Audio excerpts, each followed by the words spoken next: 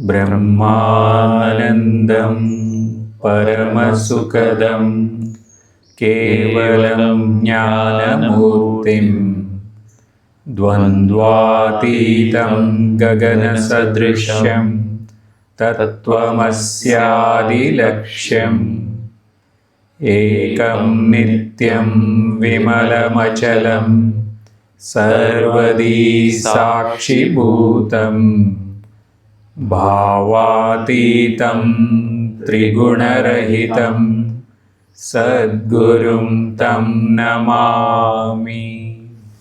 So what did we see yesterday?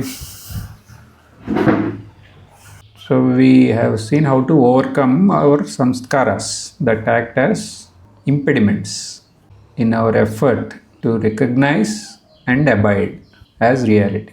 How do we know if our karma yoga and upasana are on the right track? So we will have interest to know the reality of God to whom we are worshipping. We will have capability to comprehend about reality with ease. So we will undertake sadhanas that will enrich that comprehension and make that a living experience. You will undertake those sadhanas with unwavering zeal. Nishkama Seva and Upasana, if they are on the right track, how do we know?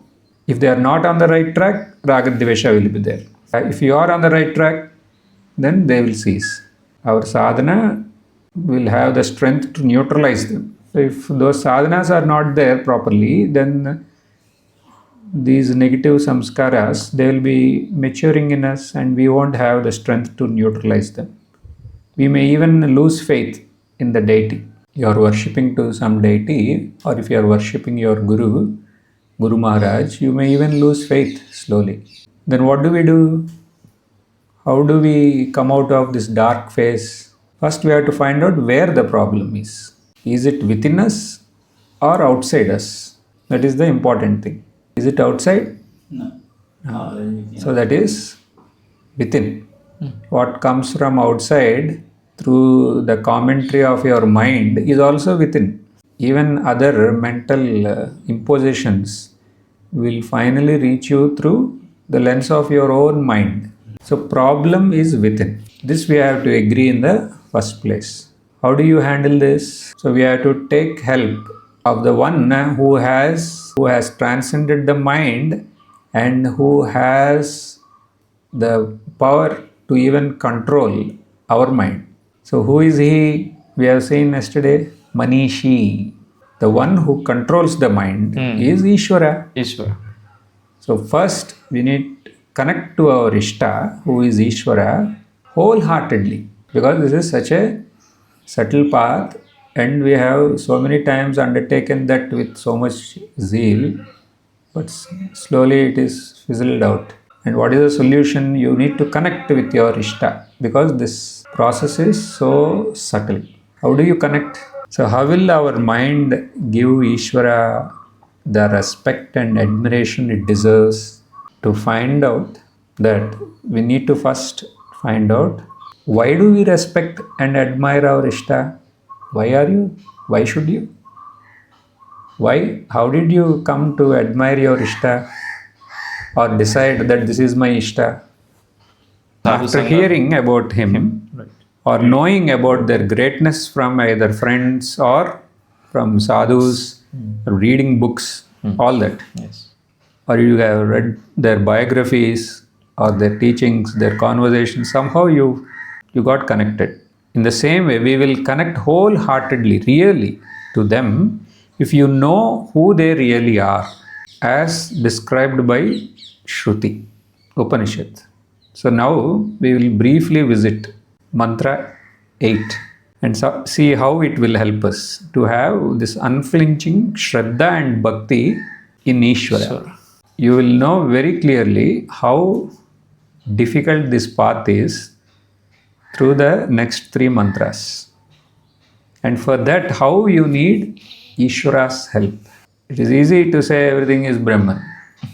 There is only 3 words. But to really know that there is nothing other than Brahman as a living experience. So you have to pass through Ishvara, who has the total command over this entire manifestation. So who is Ishvara?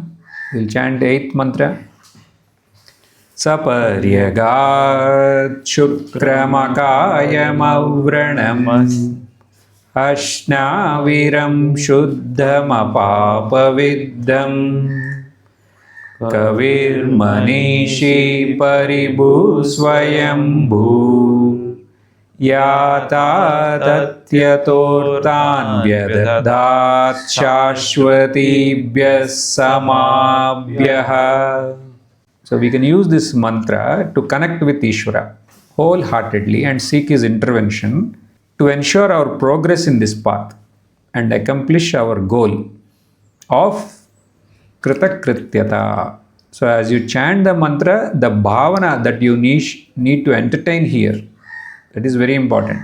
What is that bhavana? Whom are you praying? I am praying to the one who is Sasarvagat, all pervasive. Shukram. Shukram means Shuddham, purity. Here not non-dual. So here we are using this to our Ishtadevata, or to Ishvara. Who is he? Shukram. Purity itself. Purity, if it has to manifest, it is that. Akayam avranam. Ashnaviram shuddham. Means not that he has a body like ordinary beings. Divine body. So here we are talking about Ishvara. So if you are already having given Ishvara status to your Ishtadevata, you can take it like that. So that Ishvaratva is important in them. That's what they also stressed when they are alive. So to make sure that the later generation will make a mistake that he is some old man living there, Swami Vivekananda has written in his own words about him as Avatara Varishtaya. Means that is directly pointing to Ishvara. Otherwise you will not benefit from him. How much ever you go on telling about his stories. So he is devoid of a body like ordinary beings. Why there is no body? Apapaviddham. Body as a result is because of Punya Papa. They are not there in him anymore. Ishvara, Kavir, Sarvajna we are saying. Here we are saying it knows in and about everything. He knows about all my samskaras that I have accumulated in countless lives. Who? Ishvara. To him we are connecting now. So here it is directly about Ishvara.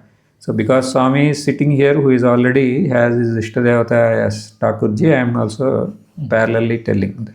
So here it is directly, if you have your Guru Amma, then that also is fine here.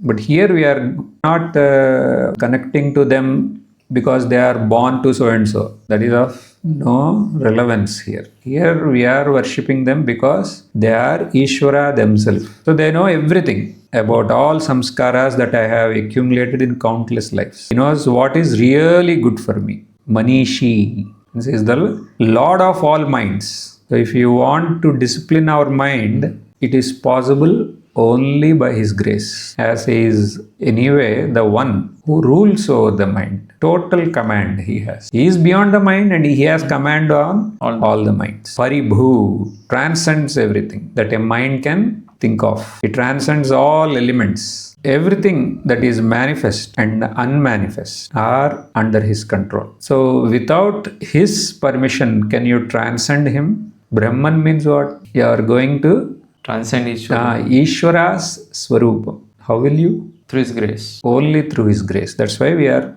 trying to connect. Swayambhu. Swayambhu means causeless. He is ultimate and not caused by anything or anybody. He is there all by himself. So, Yata Tatyatorthan Vyadadhat Shashwatibhya Samabhya. Everything that is happening here, everything is happening only because of his will. Everybody, starting from the Prajapati. Means Prajapati means who? Creator. Means we are taking him as the one who has created, who lasts till this Srishti remains. From where is he taking his orders? Ishvara. From the Ishvara. You are able to know his grip on this manifestation. Everything within the manifestation seem to follow cause and effect. Whatever is there, it is cause and effect. Starting from the natural elements to the properties of atoms, everything. We know that various forces are at play. So here, like if you say, why did it rain in this place the whole night? Then science, after it rained, they will find a cause. They will tell all Nino, E Nino, O Nino effects. They will tell. Yes? So there is some effect they are able to find out. So there is some force that is operational always. There is some force at play. Science is only inventing them now, one after other. So what all it invented? Gravitational. Then Newton's laws of thermodynamics. Then you have electromagnetic fields. Kepler's laws. How did all this come into effect? Who controls them? So these all are just inventions. And there may be many more forces that are operational right now. Who is behind them? He is the Ishvara. See, we should know to whom we are surrendering through this mantra. That's what I said. Like you will tell that, oh, what a genius, he found out theory of relativity. String theory. So many. But here we are saying, who is the one who devised all of them? To him you surrender, we are saying. We are invoking Ishvara as our Ishta. To even or to think about him like that, we need his grace. So through this mantra, we are trying to access him so that the further subtler planes will be revealed. For what we are invoking is grace, for progress in this path, that you should remember always. Is grace to inspire and grant conducive environment to engage in Nishkama Karma and Nishkama Bhakti. We are invoking his grace for that. So we want his grace so that those sadhanas facilitate Chitta Shuddhi, Chitta Naishchalyam. They are needed for Shravana Manana Nididhyasana. So we want his grace to recognize the reality of Ishvara, which is reality of the world and even myself. We are invoking his grace for Krutakrutyata through self-abidance. If you do this prayer, this chanting, this mantra with this bhavana, then you will remain goal-focused. So you have a big task and you felt helpless to further go. So there will be true surrender, to remain goal-focused. Lakshya Suddhi will be there. Okay, we have surrendered to Ishvara in the form of Ishtadevata. By his grace we had Nishkama Bhakti, and through that we are able to perform our karma, whatever is there as karma yoga. So we have the opportunity and inspiration for engaging in Nishkama Seva too. So how do we progress further? Who have initiated all this for Krutakrutyata? So we will have the opportunity and capability and inspiration to know the very reality of Ishtha, to whom we have surrendered. See, if everything is right, then only you want to know the reality of Ishtha. We can see this very clearly in Sri Ramakrishna Gurudev. What happened there? All are there with him. Yes. Then he got the opportunity. That is the grace. Otherwise, why should his Guru come there? Because of his punya opportunity, he came there. He was given that opportunity by Ishvara, that is Ma. And by that time, his Ishta ensured he has that capability and he is inspired. She already inspired him that you should now transcend this and go and get to the reality. All these are happened because of grace. Yes, because he has prepared for that grace. So if well equipped in this way, like him, we will have sustained, this is very important, sustained and exclusive interest in the path of knowledge. Not that and this and this and that and combine and make a mess. Did the Gurudev combine and make a mess after he was initiated? But why everybody is doing that mess? Because we are not able to sustain that interest in Jnana Sadhana. And we don't have exclusive interest in the path of knowledge. Why? His grace is not there. Why his grace is not there? Because we have not connected to him in the right way. If you go back, you know where it will end. Where there is no Nishkama Seva, there is no Karma Yoga, there is no Nishkam Bhakti. Everything will come. So The sustained and exclusive interest, that is very important. So if you have that, then you will have capability for Shravana Manana. Shravana Manana will be the sole objective of life. Who has this only, we call sadhana chatushtayam. This you say that I have the capability for Shravana Manana and I made it that sole objective of life. Who has sadhana chatushtayam? You know anyway all these in detail. So now what would be the journey from there on? One who by the grace of Ishta has embarked on this path of knowledge. What would be the journey from there on? That we are interested. Journey from there on will be, from where on? You are with me? From where?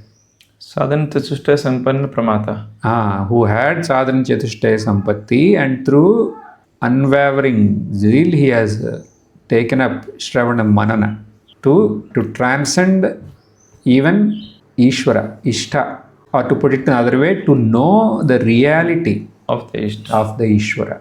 Only then he will know his reality and the reality of the entire manifestation. And only by that he will have Kritagruhyata. So from there on, what is the path? If you say different philosophies have presented in different ways. At least what are familiar to us only we will discuss. Yoga Vasishta, what is that there? Sapta Bhumika. Sapta Bhumika is there. So they have presented that. So this is the way you will progress. They say. Like if you go to Yoga Darshana, Ashtanga Yoga, so you have already done thorough study. What are the 5 samadhis? Asampragnada, Sampragnada Samadhi. Means if you want to go very detailedly, Savitarka, Savitarka, Nirvitarka. Then Nirvitarka, Savichara, Nirvichara. Nirvichara. Then finally, ultimately it is Nirbija. So that is their path to go. Nirbija, where it will culminate? Culminate in Kaivalyam. That is the pinnacle according to Sankhya Yoga Darshana. So in the next set of 3 mantras, there is a path laid by this Upanishad. This portion has been interpreted by various people in various ways. Even Advaita Acharyas are not on the same page.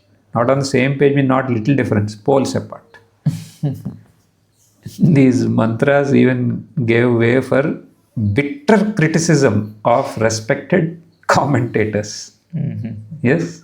So Upanishads, after expounding about the highest non-dual reality, which we have seen, felt all will not be able to comprehend that so easily. So it has presented a gradual path. That's what it is doing since last 4 or 5 mantras. It has presented gradual path of work and worship to prepare aspirant to take the final leap into reality. It started this from mantra 8 itself. Now what is in store for one who is ready to tread this path which has no external supports? Further, there are no external supports. Who is used to taking support will rely again on subtle. He is used to supports, so he will again try to hold on to some subtle manifest or unmanifest realms, inevitable, till he transcends them. And he will remain as reality. See, first of all, Ishvara definition I told you. Then why you are not able to connect to Ishvara, and why you are seeing him as Ishtadevata, as your Guru Maharaj? Why? Okay, you have seen him. Now you meditate, no, I need to do mantra. Again support. You want one more support. Are you satisfied there? No, I want to do puja. Are you satisfied there? No. I want to do puja part. I want to do Ashtotram, Sahasranama. Why we are doing supports? To connect. We need support. Otherwise you cannot stand on this path.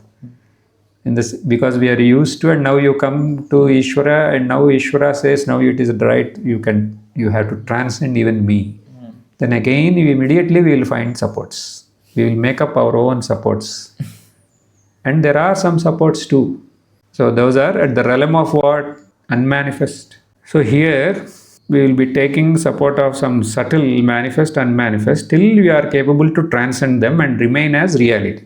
What are those realms? And what would be the most recommended approach that a sadhak should take to successfully reach his goal? That is presented here. in this Upanishad by these 3 mantras. So we will be focused on this. What are those realms that are most recommended? Means what is the approach that is most recommended for a sadhak to transcend them and reach his goal? Constructive way we have to take it. Only then it will be helpful to achieve our goal of Kritakrityata. So with this background, now you can chant mantra 12. Andam tamah pravishyanti ye asambhutimupasate tato bhuya ivate tamo yavusambhutyamrataha. Just like earlier, we have to first be familiar with these terms that are used in Vedic age, where there is no deity worship at all. See, there is no deity worship there. So in simple terms, Sambhuti means what? It is manifest. That's all. That which is manifest. Sambhuti. Asambhuti. Unmanifest. That's all. This is a simple way. Immediately manifest, if you tell. What you will tell? It manifested, you will think. Appears with forms familiar with us. No. Then what does that mean? It is subtle manifestation, where your senses and mind cannot reach there. Not even your mind also, because from here there is a divine grace that operates. So subtle manifestation like Hiranyagarbha. Divine grace means you should not again make it into mystic. No, not like that. The purity of mind, with that purity and the focusedness, you will transcend your own mind. That's what it is supposed to do here. Your own mind, the mind which is full of me, I and mine. That is only those thoughts which are fully centered on them. So if you are free of them to some extent, then you will have clarity in that mind to have access to the subtle realms. So here we are saying, here now your point has come. Subtle manifestation is like Hiranyagarbha. But Hiranyagarbha, we have various ways we can take. So we will go with the Vedic. Vedic means we have to go with the Rig Veda, where Hiranyagarbha is discussed in detail. So there, what is it is described as? It is a radiant golden light. That's all. So you may immediately connect to your Guru Maharaj's experience of when he tried to really understand and probe who is this Kali. Where did he go first? What did he saw experience? A light which is infinite ocean of light. So that is what we are saying here. That is the radiant golden light. This is exactly mentioned in Rig Veda. Puranas, if you go, then there will be Puranas means they are not that sukshma as these Vedas. So there they will sell the Hiranyagarbha, means it is like a cosmic womb. Cosmic womb means what? It is that is the first manifestation. That is first manifestation if you can think of. That's why they said it is a cosmic womb, means from where any manifestation will come. Right. And further what did they said? Womb means like, then they said egg.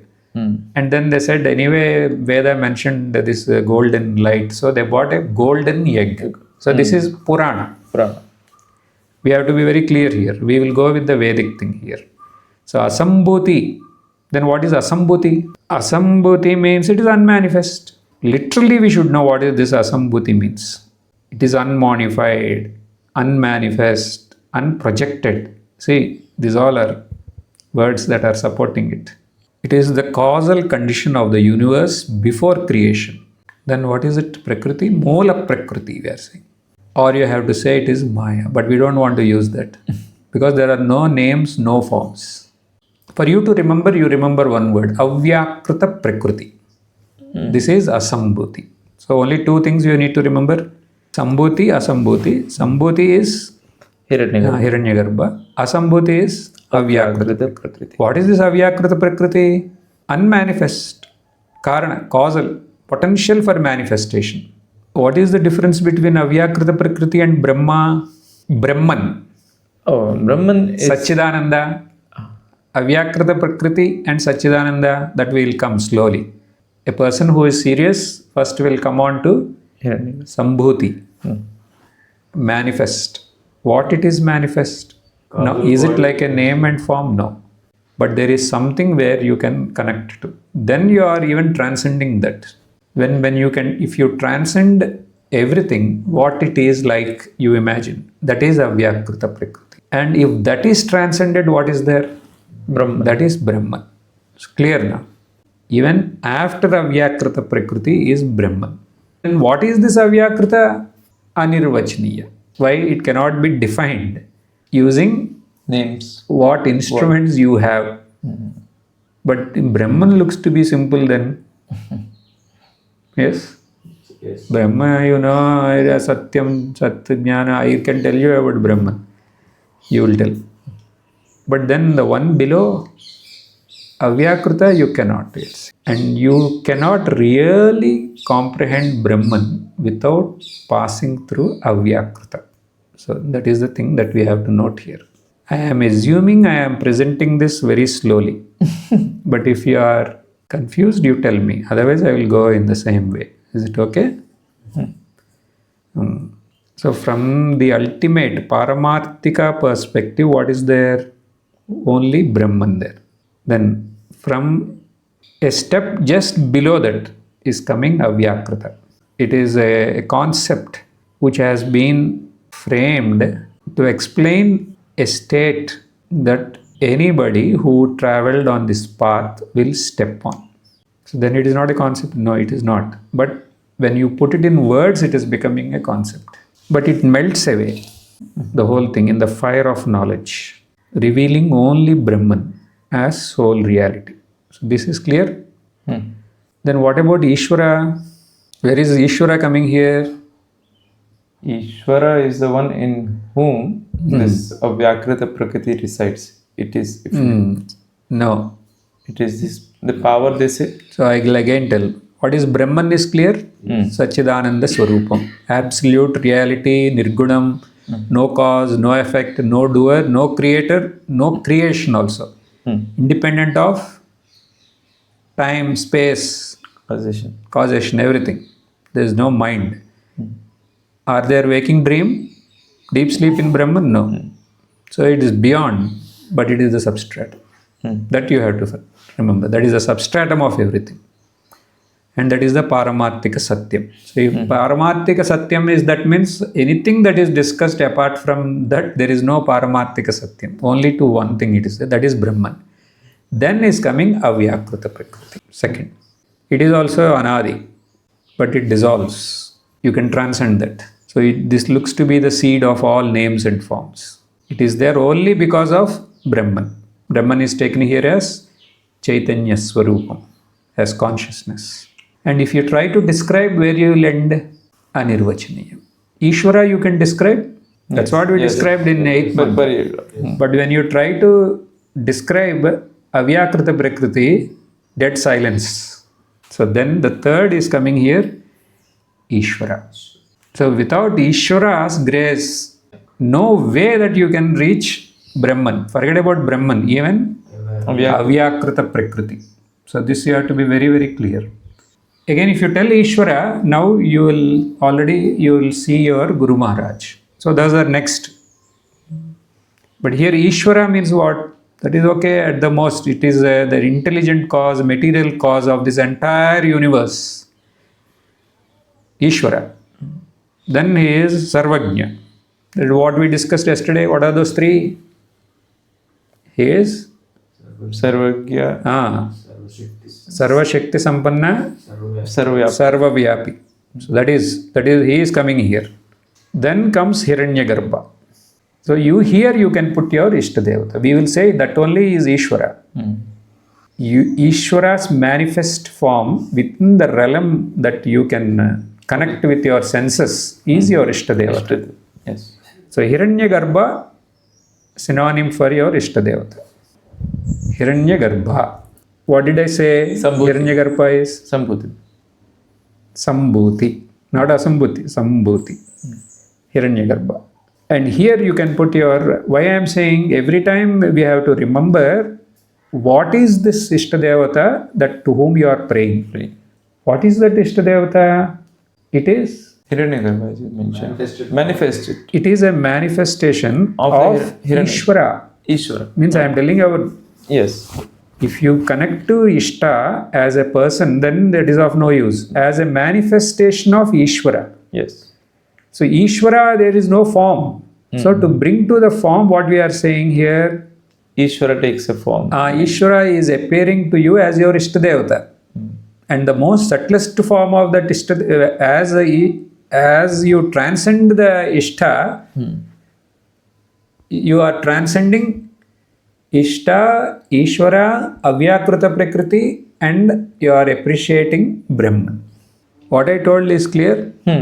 So what is your doubt now? Tell. Hiranyagarbha is that subtle manifestation of Ishvara. Ishvara and unmanifested Hiranyagarbha is separating. That is what I. Is there mention about Ishvara in the mantra? Not there. Then why did we bring Ishvara here? Because that is what you are familiar with. First, the 8th mantra, we brought Ishvara. And till then, what was there? Ishvara is there and your Ishtadevata is there. Now, where will you fit this Ishvara? Hiranyagarbha. What is the shape of Ishvara? No shape. Then, Hiranyagarbha, it is manifest or unmanifest? Manifest means there, even that subtle manifestation is not there for Ishvara. Hiranyagarbha means you take it as your Ishta here. Because something with which you can connect at the realm of your mind and your senses. At something if you have, that will be Hiranyagarbha. So Hiranyagarbha, then you have Ishvara, then you have Avyakrita Prakriti, then you have Brahman. Clear? Okay. What is that final teaching? All these 4 are not separate realities, but they are appearances layered on Brahman due to upadhis. See, this you have to remember. We are there to get to Brahman. These are all the various layers. From the most familiar, if you transcend, then unfamiliar only you are entering. Thereafter you are taking this steps, realms, all unfamiliar realms. Here why this Ishta has come is only to facilitate the discussion according to our understanding. So what is this Ishta? Ishtadevata, you will say, I need to fit that into somewhere in this mantra. So where is that where you can fit that? Hiranyagarbha. And that Ishta will be really potent if you take it as manifestation of Ishvara. So that is Sambhuti. Clear now? We have not even started the mantra. We are trying to understand those terms. Sambhuti, Asambhuti. Sambhutim, Asambhutim. Sambhutim, if you are saying you will put Hiranyagarbha at the level of Ishvara. Ishvara is not there in the picture, first of all. So there is only Hiranyagarbha, then Avyakrita Prakriti, then there is Brahman. That's all. Clear? So Ishvara is to facilitate your understanding. You are invoking His grace, who is beyond the names and forms. So Hiranyagarbha is what? It is manifestation. Here Ishvara is the controller and creator. Hiranyagarbha is the first cosmic manifestation. The universe, if you take the whole universe in thought form, is Hiranyagarbha. If you transcend that, then what is there? There is only a controller is there. If you transcend that, no concept only. No concept further. Avyakrita. If you transcend that, Brahman. So final teaching from Advaita is this, that they are not separate realities. They are appearances, we said. Then when the seeker discriminates with Viveka on the basis of Shravana, if he undertakes Manana, and through the process of Nididhyasana, these layers are pierced. Then ever-present Brahman or Turiyam will be there as experience. So Avyakrita Prakriti is beyond, even Avyakrita Prakriti is beyond the limitation of Desha Kala Vastu. Hiranyagarbha within these limitations. Where to put this Ishta? There Ishta has taken the side with Hiranyagarbha and Ishvara is next. So the mantra, what we discussed, what does that mean? We have introduced in that mantra, what do those terms mean? Now, there is a catch here. What is that? If you practice them distinct from either, the practitioner will be ruined, it is told. Why? That is explained next mantra, 13. Anyadevāhu sambhavāt, anyadāhura sambhavāt, iti sushrumadhīrānām, yenastadvicha chakshire. So the results are different. If you don't even know about this asambhuti, and if you just go with the sambhuti upasana, then you will reach the realm of acquiring siddhis. Because you have tremendous concentration and your focus is on Hiranyagarbha, sambhuti. So what would you get? You will get siddhis. That will culminate as ruin of the sadhak. Then asambhuti, that's okay, that is sambhuti. I don't want that. I will go directly to asambhuti. What do you know about asambhuti? It is beyond mind. Further, do you know anything about asambhuti? No. So where will you end up as? Jada. Jada samadhi. So what is the solution here? That is explained next mantra. Mantra 14. Sambhutim cha vinasham cha yastadvedo bhayam saha vinashena mrityum tirtva sambhutyam amrutam ashnute. All the great scholars and masters have suggested to be careful here regarding the word sambhuti vinasham. They recommend us here how to take the word vinasham means what? Hiranyagarbha, sambhuti. And sambhuti means Asambhuti. asambhuti. Why? Then it will be really useful to a sadhak. Even if you look at grammar, there is a way where you can make it happen. Where here sambhuti means asambhuti. The word asambhuti is not luckily mentioned here. Here only vinasham is mentioned. So vinasham here means sambhuti. And sambhuti is Asambhuti. asambhuti. That's why you forget about, because sambhuti, asambhuti, that's why I was trying to replace those words now. Now finally, what are those words you should have here? Hiranyagarbha, avyakrita. Avyakrita prakriti. So what is vinashika? Hiranyagarbha. Hiranyagarbha. What is here mentioned as sambhuti? Avyakrita prakriti. So sambhuti means asambhuti and therefore avyakrita. Avyakrita prakriti. So Hiranyagarbha practitioners, they will be able to comprehend the reality of Hiranyagarbha. That is avyakrita prakriti. And avyakrita prakriti will be able to comprehend experientially the reality of avyakrita prakriti. That is nirguna parabrahma. Alone if you go, you may end up. But with the knowledge of avyakrita prakriti, means you know what is avyakrita prakriti and you are approaching Hiranyagarbhan. So the Hiranyagarbhan will give way, and the focus and the firmness and the mental occupation that you have on Hiranyagarbha, you will not use that to acquire siddhis, but you will be sent to the realm of avyakrita prakriti. And then as and when you have settled well with avyakrita prakriti will give way to Parabrahma Swarupa. Is it clear? So I will give you one way to understand this. The most simplest way here, you only have to remember one thing. Dakshineshwara Kali Murti. So what is there?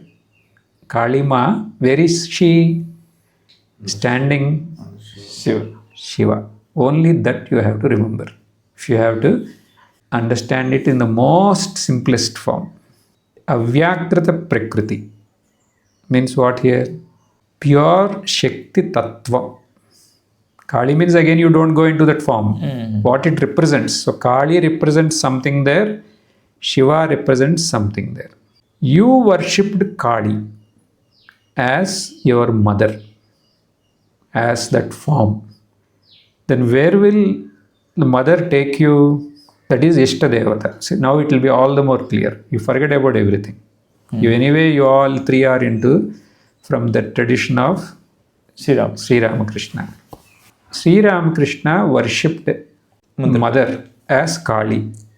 So what does he know about Kali when he started that worship? He knows her as mother, universal mother. That's all, not more than that. And for that he has a deity in front and he knows a puja vidhan. And he has a japa, everything he has. He started that journey. Ishta Devata. Kalima is his Ishta. Ishta Devata Aradhana he started. But he did it with the sincerity it deserves. So what happened to him? He was introduced to that Ishta is there as light. That is the end of Kali as mother. So what is there then? Only light is there. Universal light. So anything which is not within your realms but which you cannot deny.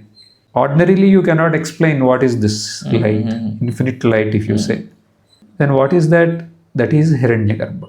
And then because of his purity, he understood as Ishvara. Means that is Ishvara through Kali has made him come towards that Ishvara Tattva through. You should not deny. No, Ishvara means there is no name and form. You should not deny his own experience. So there is an experience of Hiranyagarbha as the divine light, and then as Ishvara. Ishvara means what? He was saturated with that experience of Ishvara, which he can verbally only tell about that light. But he has an immense satisfaction within because of that Experience. Ishvaratva. Ishvara. And then what happened? That Ishvara enabled him to transcend that and recognize reality as Parabrahman.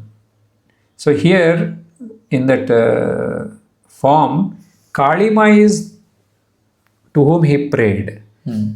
But when that is fruitful, then he had access to the substratum of that Kali. And in that process we are saying everything. But if you only want to have two things here, Kali Ma is what? Shakti Ishta Devata. Ishta Devata. Then the experience of light he had was Hiranyagarbha. And through the grace of Ishvara, he has reached till here. And through the same grace had taken him towards the Ishvara. very substratum, that is Parabrahma. Oh, Parabrahma. Parabrahma. So in there are only two things. Ishvara is the middle. So his grace, it takes him to his Kali form is the representation of Avyakrita Prakriti. That is only Avyakrita Prakriti there. Oh. Avyakrita Prakriti. And that Avyakrita Prakriti substratum is what? Brahman. Ishvara through his grace makes him Ishvara is not there in that concept, but Ishvara is through his grace only we have to say. Through the grace of Ishvara, we have transcended the Avyakrita Prakriti. Transcended the Avyakrita Prakriti and understood Parabrahman. So there is a transition from deity to Hiranyagarbha to Avyakrita Prakriti and recognizing Brahma Tattva. So here deity I can understand. Now after deity, as you transcend the Ishta, then you have no form, but you know that the reality of Ishta. Because we have Ishvara's grace.